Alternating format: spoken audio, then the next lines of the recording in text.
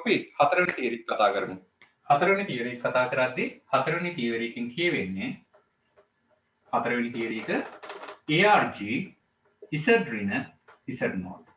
ARG Z ඍණ Z0 සමානයි θ. මේක අතර කලින් වගේම තමයි. Z කියලා කියන්නේ x ධන iy. xy කියන්නේ විචල්‍යය. xy විචල්‍යය. Z0 කියලා කියන්නේ x0 ධන iy0.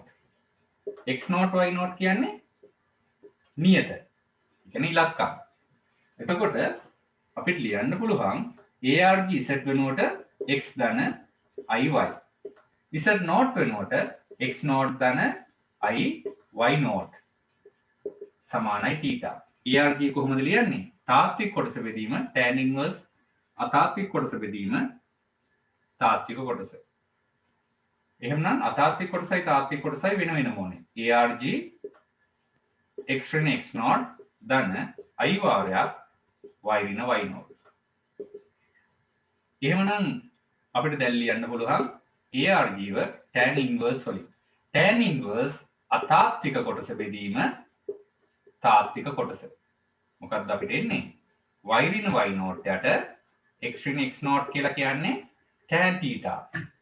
එහෙමනම් එනවා y ඍණ y0 සමානයි tan θ වාරයක් x ඍණ x0. මේකෙන් කියවෙන්නේ මොකද්ද? x0 y0 ලක්ෂය හරහා ගමන් කරන්නේ. අපි අර ඉගෙන ගත්තේ y ඍණ a සමානයි නෑ y ඍණ b සමානයි m වාරයක් x ඍණ a. ab ලක්ෂය හරහා ගමන් කරන අනුක්‍රමණීය tan θ වූ සරල රේඛාවක් වගේ තමයි අපිට පේන්නේ. හැබැයි යාම නෙවෙයි මේ. x ඍණ y ලක්ෂය හරහා ගමන් කරන අනුක්‍රමණීය tan θ වූ සරල රේඛාව. හරි. අපි මේක ගැන දැන් බලමු. මේක ගැන බලද්දී මොකද්ද වෙන්න ඕනේ? වෙන්න ඕනේ දේ තමයි x0 y0 ලක්ෂයෙන් කලින් වගේ ආරම්භ වෙන්න ඕනේ. හැබැයි යාව අයිති නෑ.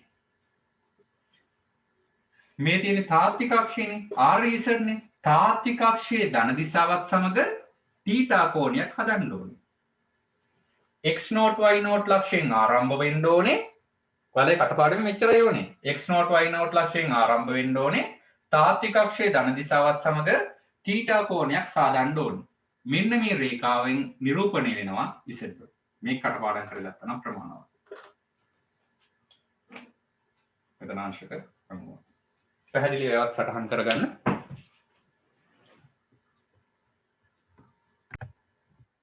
එතකොට අපි මොකද්ද කරේ? ARG Z ඍණ Z0 සමානයි θ කියලා අපිට දුන්නොත් අපි Z කියන්නේ x ධන iy කියලා ගත්තා. Z0 කියන්නේ x0 ධන iy0 කියලා ගත්තා. xy විචල්‍යයන් වෙනවා.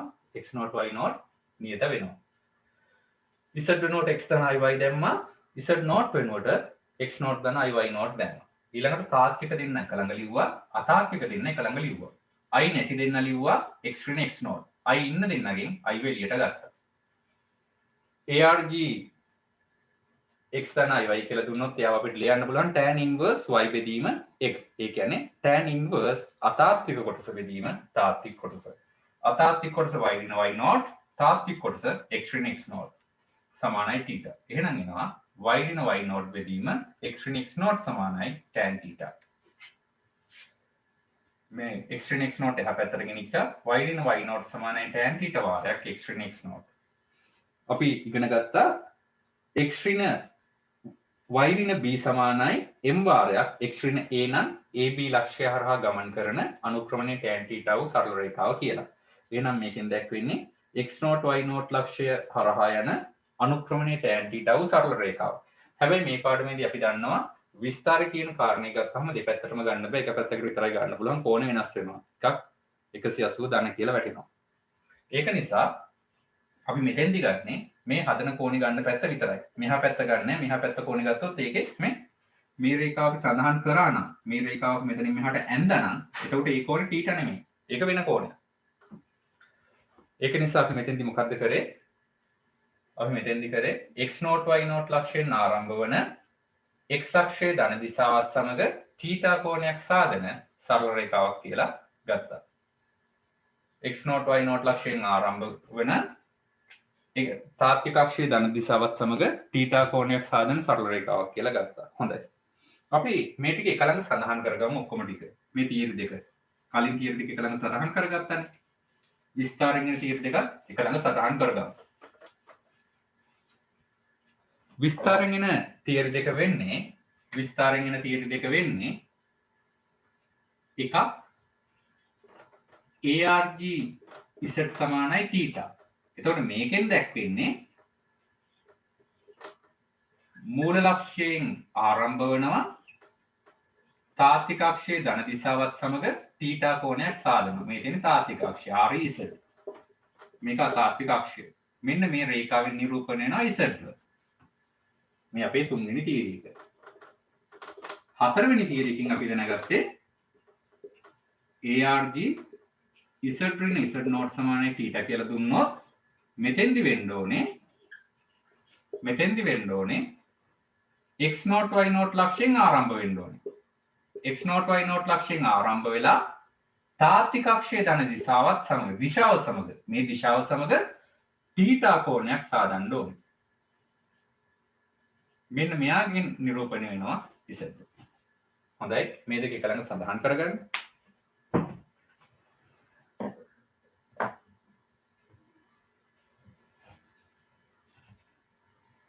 අපි ගණන් ටික හදමු. නිකන් ලියන්න විතරයි මේ පාඩමේ තියෙන්නේ. වෙන්නේ මොකද්ද කියන එක ලියනවා විතරයි. හරිම පහසුයි. හරි. මේ ටික ඉස්සෙල්ලා සඳහන් කරගන්නවා. මේ ලේසි පාඩමක් අපි ඉගෙන ගන්න. අපි හතරවෙනි තියරි එකට උදාහරණයක් ගමු. අපිට දුන්නොත් ARG Z ඍණ දෙක ධන 2යි.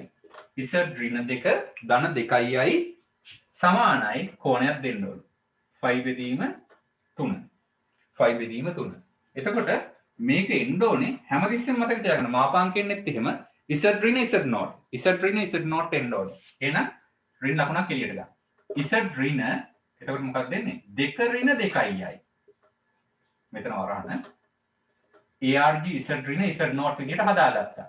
5 බෙදීම 3. එහෙනම් මොකද්ද වෙන්න ඕනේ? 2 තාත්වික අක්ෂය මත 2. තාත්වික අක්ෂය මත 2 ඕනේ. අතාත්වික අක්ෂය මත මේක IMZ imaginary axis. එතන ඍණ 2. මේ I ඉස්සරහා තියෙන ඍණනේ. ඍණ 2. මෙන්න මේ ලක්ෂයෙන් ආරම්භ වෙන්න ඕනේ. 2 ඍණ 2 ලක්ෂයෙන් ආරම්භ වන තාත්වික අක්ෂයේ ධන දිශාව මේ පැත්ත ඒකත් එක්ක 5 බෙදීම 3ක් සාදන සරල රේඛාව මේකෙන් මෙන්න මේ සරල රේඛාවෙන් නිරූපණය වෙනවා Z. පැහැදිලිව සටහන් කරගන්න.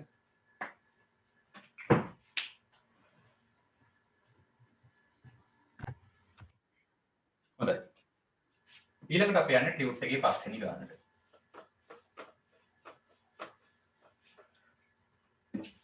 ටියුට් එකේ පත කොටසේ තියෙන පස්වෙනි ගාන. ටියුට් එකේ මුලම ඇති. ඒකේ තියෙන්නේ Z ඍණ 4 ඍණ 3යි. මෙන්න මෙයාගේ මාපාංකය විශාලත්වය 3යිලු. අපිට කියනවා PZ. PZ වල පතේ සොයන්නලු. බැලූ බැලමටම දන්නවා මේකෙන් ඉන්නේ මොකද්ද? මේකෙන් ඉන්නේ වෘත්තයක්. මේ වෘත්තේ කේන්ද්‍රය කවුද? 4 3. අරය 3යි. උණ වෘත්තයක්. එතනින් නවත්තන්නේ නැහැ. මොනවද අපෙන් අහන්නේ? අපෙන් අහනවා මාපාංක Z වල මැක්ස් එකයි උපරිමයයි අවමයයි. හොඳයි. අපි මේ ගාන බලමු. මේ වගේ ගණන් A level exam එකේ ඕන තරම් අහනවා. try එකක් දෙන්න. මුල් කෑල්ල ඉස්සෙල්ලා ඔයාලා try කරන්න. හොඳයි. අපි බලමු ගාන. මොකක්ද වෙන්න ඕනේ? මෙයාව දැක්ක ගමන් දන්නවා අපි ඍණ ලකුණක් එළියට ගත්තොත් එළියට අරන් ලියීම අනිවාර්ය නෑ. ඔයාලගේ පහසුව සඳහායි මෙහෙම ලියන්නේ. නැත්නම් මෙතනින් එකපාර බලලා 4 3. දෙන්න ඉස්සරහම 3 ඉලක්කම් තියෙනවනේ. ඒතර මේ තියෙන්නේ කේන්ද්‍රය 4 3 වූ අරය 3ක් වූ වෘත්තයක්. අපිට මේක කොහොමද අඳින්න වෙනවා මේ කොටසට යද්දි. ඒක නිසා අපි අඳිමු. x අක්ෂය නෑ x අක්ෂයක් නෑනේ තාත්වික අක්ෂය නේද? RZ මත 4ක්. RZ මත 4ක්. ඊට පස්සේ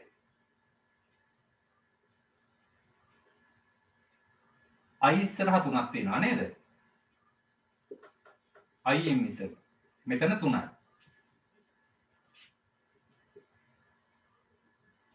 මේ උස 3යි මේ දුර 4යි. කේන්ද්‍රය 4 3 කේන්ද්‍රය 4 3 මේ තියෙන්නේ. කේන්ද්‍රය 4 3 උන කේන්ද්‍රය 4 3 උන අරය කොච්චරක්ද? අරය 3ක් උන වෘත්තය. අරය 3ක් නම් මෙතනින් මේ උස 3යිනේ. මෙතන 4යි. එහෙනම් මෙතන 1 කියන ඉලක්කම වැදගත්. එහෙනම් මේ ලක්ෂ්‍ය හරහා යන්න ඕනේ. එතකොට මේක කොහොමද යන්න ඕනේ? මේ විදිහට යා යුතුයිනේ. මෙන්න මේකෙන් තමයි PZ නිරූපණය වෙන්නේ. PZ ගේ පතේ. Z නිරූපණය වෙන්නේ Z ඉන්නේ මේ රේඛාව මත කොහේ හරි තැනක. මේකේ අරය කොච්චරයිද? මේකේ අරය 3යි. මේකේ අරය 3යි. මේක ඔයාලා සඳහන් කරා නම් පළවෙනි කොටස ඉවරයි. ඔන්න අපි පතේ ඉදිරිපත් කරා.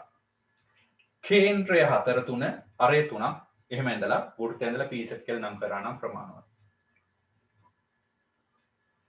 එයාලගේ දෙවෙනි ප්‍රශ්නේ මොකද්ද? ඒක ගොඩක් වැදගත්.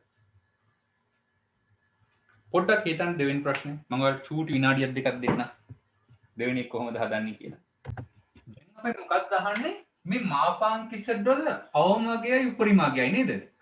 අපිට දුන්නා කියලා හිතන්නකො මාපාංක Z සමානයි R කියලා. මාපාංක Z සමානයි R කියලා දුන්නා නම් මේ කවුද? කේන්ද්‍රයේ බිඳුව උන අරය R උන වෘත්තයනේ. කේන්ද්‍රයේ බිඳුව උන අරය R උන වෘත්තය. ඔන්න Z එක ආකාරයකින් මෙහෙම නිරූපණය වෙලා තියෙනවා. තව ආකාරයකින් මෙහෙම නිරූපණය වෙලා තියෙනවා. එහෙමනම් මේ අහන්නේ මෙයාගේ max එකයි min එකයි නේද? මේකේ max එකයි min එකයිනේ අපෙන් අහන්නේ. R ගේ max එකයි min එකයි. පටන් ගන්න ඕනේ කොහෙන්ද? බිඳුව ලක්ෂයෙන්. එහෙනම් බිඳුව ලක්ෂයෙන් Z තියෙන අඩු මාගයයි Z තියෙන වැඩි මාගයයි. Z තියෙන අඩු මාගයයි Z තියෙන වැඩි මාගයයි. Z තියෙන අඩු මාගය කොතනින්ද එන්නේ? මේ ලක්ෂය නම් මෙන්න මේ වෘත්තය මතනේ Z ඉන්නේ. ඒකට තියෙන ළඟම. ඉක්මනටම Z හම්බෙන්නේ ළඟින් Z හම්බෙන්නේ කොතෙන්ද? ළඟම තැනයි දුරම තැනයි ඕනේ. ළඟම තැනයි දුරම තැනයි ඕනේ. ඒකට කරන්න ඕනේ කේන්ද්‍රය යා කරන්න. මේකේ කේන්ද්‍රය යා කරන්න.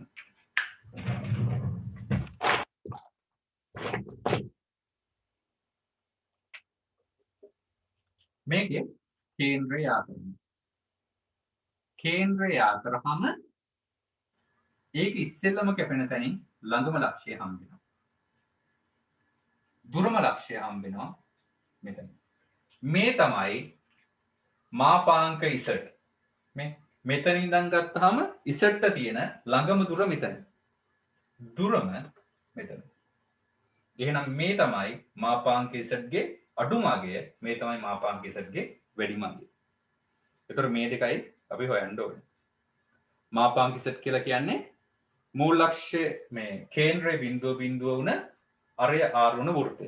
එහෙනම් බිඳුව ලක්ෂයේ ඉඳන් තියෙන Z මෙහෙමත් ඇන්දනේ.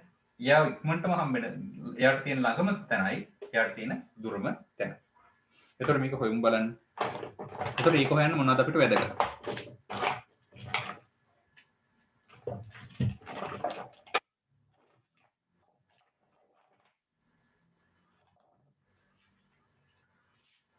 අපිට පුළුවන් මෙන්න මේ දුර හොයන්න නේද? මේක O නේ. මේක O. මෙතන මම C කියලා ගන්නවා. OC දුර හොයාගත්තොත් මේක අරයනේ. OC දුරෙන් අරය අඩු කරනවා. ඒ වගේම OC දුරට අරය එකතු කරනවා. OC දුර හොයමු. OC දුර. OC කොහොමද හොයන්නේ? මූල ලක්ෂණ යම්කිසි ලක්ෂයකින් දුර හොයන්න පුළුවන් x කණ්ඩාංකේ වර්ග කරා y කණ්ඩාංකේ වර්ග කරා නේද? නැත්නම් y කණ්ඩාංක වෙනස වර්ගය දන x කණ්ඩාංක වෙනස වර්ග කරා එකතු කරා වර්ගමූලය ගත්තා. ඉතින් බිඳුව බිඳුවනේ එන්නේ. මොකක්ද වෙන්නේ? මූල ලක්ෂණ 4 3 ලක්ෂයට තියෙන දුර 4 වර්ගය 3 වර්ගයේ වර්ගමූලය. කීයද දෙන්නේ? 4 වර්ගය දන 3 වර්ගයේ වර්ගමූලය කියන්නේ 5යිනේ. OC දුර 5යි. ඒ වගේ මේකේ අරේ කීයද? R 3යි. එම නිසා මාපාංක z ගේ මින්නගේ මෙතන නම් මෙතෙන්ට තියෙන දුර හොයන්න පුළුවන්. OC කින් අඩු කරනවා R නේ. OC කින් R අඩු කරාම මේ දුර එනවා. OC 5යි අරේ 3යි. ඊළඟට මාපාංක z ගේ max එනවා OC ට එකතු කරන්න ඕනේ. මේ කැල්ල අරේ නේද? අරේ. OC 5යි අරේ 3යි. අපිට එනවා 8යි කියන්නේ. හොඳයි පැහැදිලිව හදාගන්න. අපහැදිලි තැන් අහන්න තේරෙන්නේ නැති දැන් මෙතන ගත් දේවල් තේරෙන්නේ නැත්නම් ටික අහන්න. හොඳයි ඊළඟට උත්සාහ කරන්න z ධන 12 ඍණ 5යි ගේ මාපාංකයේ සමානයි 4යි නම් pz ගේ පතය සොයන්න. ඊළඟට මාපාංක z ගේ අවමගයයි උපරිමගයයි හොයන්න. හරි දැන් හදමු. හදලා ඉවරලා බලමු. try එකක් දෙන්නක් ගන්න. හොඳයි අපි ගාන ඉවරයක් කරලා දාමු. එතකොට මේක අපිට ලියන්න පුළුවන්. අපි මේවා ඉස්සෙල්ලා හදා ගන්න ඕනේ. z ඍණ z not ආකාරයකනේ. ඍණ 12 ධන 5යි. එයාගේ මාපාංකය සමානයි 4යි. එතකොට මේකෙන් දැක්වෙන්නේ ඍණ 12 ඕනේ. ඍණ 12 මේ අතර නේද? තාත්වික අක්ෂය මත ඍණ 12යි. ඍණ 12 අතාත්වික අක්ෂය IMZ මත 5යි. කේන්ද්‍රය තියෙනවා. අරය 4ක් වුණ වෘත්තය. අරය 4ක් වුණ වෘත්තය. අරය 4ක්. මෙතන උස 5යි ඊට වඩා එකක් අඩුයි. මෙතන නම් ටිකක් පරතරේ තියෙනවානේ. එතකොට මේ විදිහට එනවා. මේ ලක්ෂය කේන්ද්‍රය ඍණ 12යි 5යි. අරය 4යි. හොඳයි මේ කාරණේ ඔයාලගේ හරියටිනේ. මේ ඉන්නේ PZ. ඔන්න PZ නිරූපණය කරා. කේන්ද්‍රය ඍණ 12 5 අරය 4 වුණ වෘත්තයක් තමයි මෙතනින් නිරූපණය වෙන්නේ. ඊළඟට අපිට අවශ්‍යයි මේකට තියෙන මාපාංක z මූල ලක්ෂය ඉඳන් බිඳුව ලක්ෂය ඉඳන් තියෙන කෙටිතම දුරයි වැඩිතම දිගයි. එහෙනම් ඒවා කරන්න කලින් කේන්ද්‍රයත් එක්ක මූල ලක්ෂය යා කරන්න. ඒක අපි C කියලා ගමු. එතකොට කේන්ද්‍රයත් එක්ක යා කරාම ඉස්සෙල්ලාම මේ වෘත්තේ කැපෙන තැන තමයි අඩුතම දුර තියෙන්නේ. මේක තව එහාට දික් කරොත් එහා පැත්තෙන් කැපෙන තැන තමයි වැඩිතම දුර තියෙන්නේ. ඒක කීයටවත් වෙනස් වෙන්නේ නැහැ. එතකොට අපිට ඕනේ OC නේද? OC අපිට එනවා x වර්ගයේ ධන y වර්ගයනේ. 12 වර්ගයේ ධන 5 වර්ගයේ වර්ගමූලය. 12 වර්ගයේ ධන 5 වර්ගයේ වර්ගමූලය කියන්නේ 12 වර්ගයයි 5 වර්ගයයි 13 වර්ගයයි නේ. කියන්නේ 13යි. එහෙමනම් z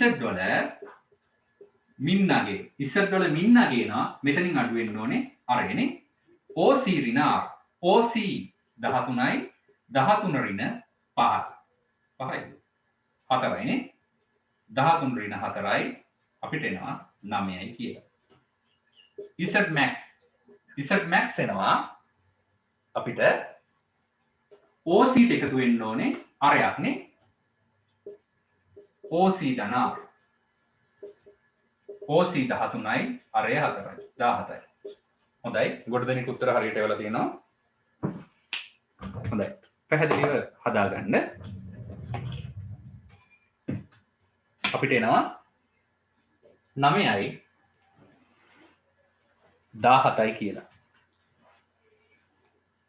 හොඳයි දැන් අපි පත කොටසේ මූලික දැනුම ඔක්කොම අරන් ඉවරයි. එක්සෑම් මට්ටමේ ගානක අපි හැදුවා. දැන් ලබන සතියේ අපි ටිකක් දරුණු මට්ටමේ ටිකක් වෙනස් ආකාරයේ ගණන් ටිකක් හදමු. මේ ටික හොඳට වැටි කරගෙන යන්න. ටියුට් එකේ ගණන් ටික මුල ඉඳලා හදාගෙන යන්න. හදලා ඉවරලා එවන්න. හොඳයි. හොඳින් වැටි කරගෙන යන්න. අදට මෙතනින් මම නවත්තනවා. මේ ගණන් පැහැදිලිව හදාගන්න.